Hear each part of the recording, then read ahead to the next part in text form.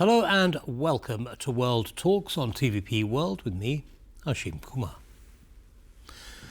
As the war in Ukraine grinds on, the G7 group of countries has reaffirmed its commitment to Kyiv's recovery and condemned Russia's aggression. In a joint statement, the group pledged to keep $300 billion in Russian assets frozen until Moscow ends the war and pays for the damage. However, the lack of explicit US confirmation raises questions about unity. Joining us now to discuss these developments is Anders Åslund. He's Senior Fellow at the Peterson Institute for International Economics. Mr. Åslund, welcome to TVP World and thank you for taking the time. My pleasure. So, your initial assessment of this statement by the G7. How effective is it? How powerful is it? What does it actually mean, apart from the obvious? Well, I think that you cited the two most important points. Of course, what you said first, that the G7 statement reads, I quote, "We condemn Russia's continued brutal war against Ukraine." This is what the US has voted against twice in the UN General Assembly, together with a dozen Russian allies, countries like North Korea and Belarus, while the whole West and half of the developing world has condemned Russia. Here, the US does it itself. And then with Trump, you immediately ask, who did this?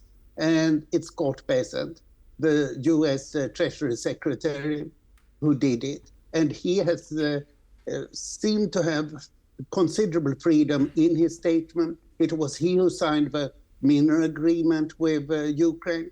It was he who negotiated down the tariffs with China. So for some reason, President Trump gives his Treasury Secretary far more leeway than anybody else. So you can say this is Scott Bessent who says what he thinks, and clearly Trump thinks something else, but he doesn't bother about this statement. And the other statement that you also rightly quoted is, we reaffirm that consistent with our respective legal systems, Russia's sovereign assets in our jurisdictions will remain immobilized until Russia ends its aggression and pays for the damage it has caused to Ukraine. Here the problem has rather been France and Germany, while the US, Canada, the United Kingdom and Japan could go along with it. And it's very good that it's an important statement, and I feel much better about the financing of Ukraine after this statement has been made. Understood. Okay, so I want to come to the US position in just a second, but before I do that, I want to talk about what was it that you said France and Germany were reluctant about, including that statement in a joint communiqué? Well, the US has already, under Biden, adopted a law which allows the US to seize the Russian sovereign assets that are located in the US. We know that Canada and the United Kingdom are prepared to do so, while they have not adopted legislation. The critical area is Europe. $200 billion of Russian central bank reserves have been immobilized or frozen in Belgium, in the Euroclear bank system. And so far, Germany, France, Belgium, and Luxembourg have refused to allow any seizure of these assets to the benefit of Ukraine. Also, I should say that the US, in spite of having legislation about it, have not seized these assets, which I think should have what was behind been done. What was behind France and Germany's reluctance to sign on, if you like, to this statement, i.e. using the frozen assets for the rebuilding of Ukraine?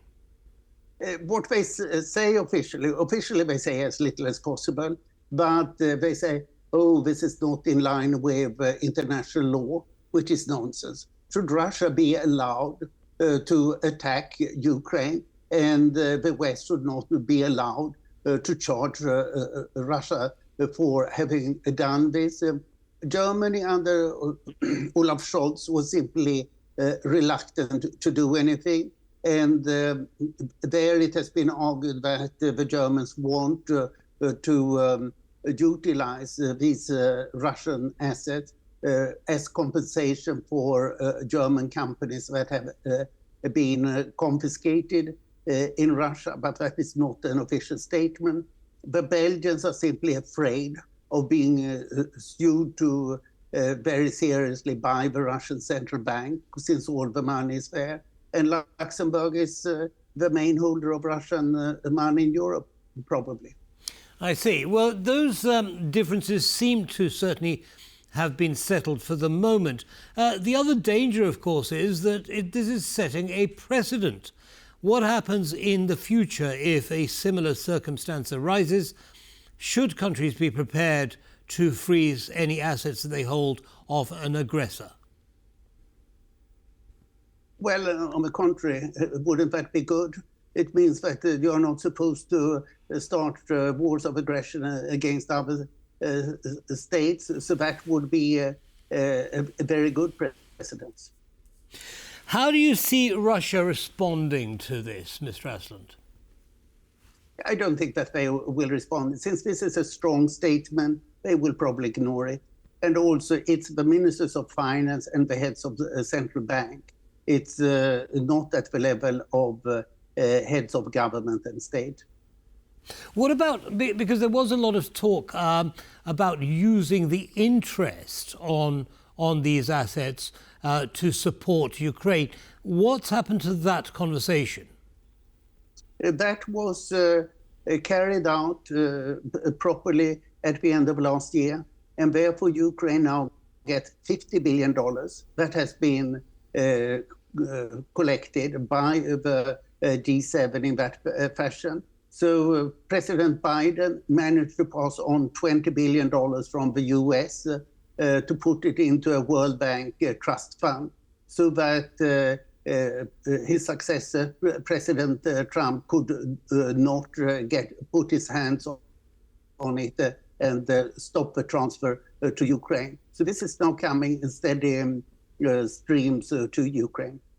Okay, so that money's on its way. Now, going back to President Trump and the US position, President Trump is attending the G7 meeting in June. Does it look like mixed signals to you? On the one hand, they don't sign on to this statement. On the other, they seem to be affirming it by their presence. Yes, we see very different statements by the different members of the Trump circle. So it's the same as we are seeing on the trade issues, where also Treasury Secretary Scott Bessent is the good cop, and Commerce Secretary Howard Lutnick is the bad cop who seems unable to reach any agreement at all. The same could be said about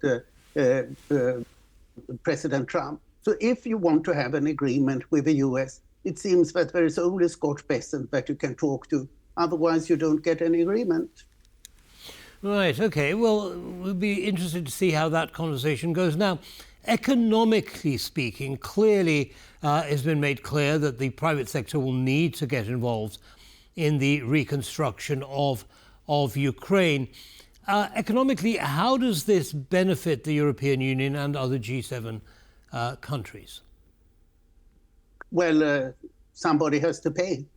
So far, Ukraine has got in the order of $300 billion of financing from the Western countries.